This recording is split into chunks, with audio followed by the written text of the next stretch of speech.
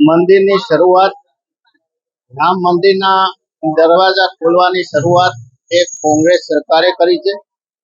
રામ ભગવાન એક આદર્શ વ્યક્તિત્વ હતા. તમામ સમાજ માટે એ આદર્શ હતા.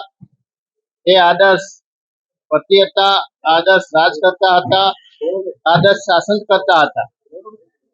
જ્યારે રામ મંદિરનો પ્રસ્તાવ આવશે ચોક્કસ અમે એને સમર્થન કરીશું, પરંતુ સાથે સાથે સરકારને એ પણ કહીશું કે જ્યારે રામના નામે પથ્થર કરવાની તમે વાત કરો છો, રામ મંદિરની વાત કરો છો, અમે એને આવકારીએ છીએ.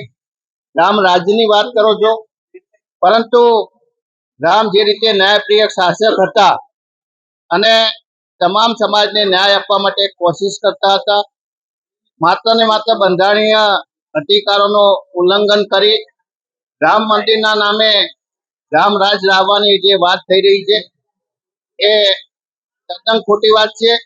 જો તમે ખરેખર રામ રાજ્ય લાવવા માંગતા હોય તો માનવ અધિકારોનો ભંગ ના થવો જોઈએ.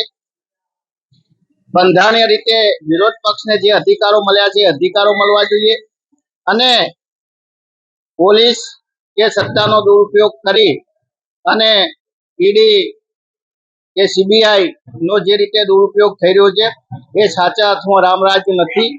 જો તમે રામ મંદિર બનાવી અને રામ રાજ્ય ખરા અર્થમાં સ્થાપિત કરવા માંગતા હોય તો ચોક્કસ અમે એને સમર્થન કરીશું.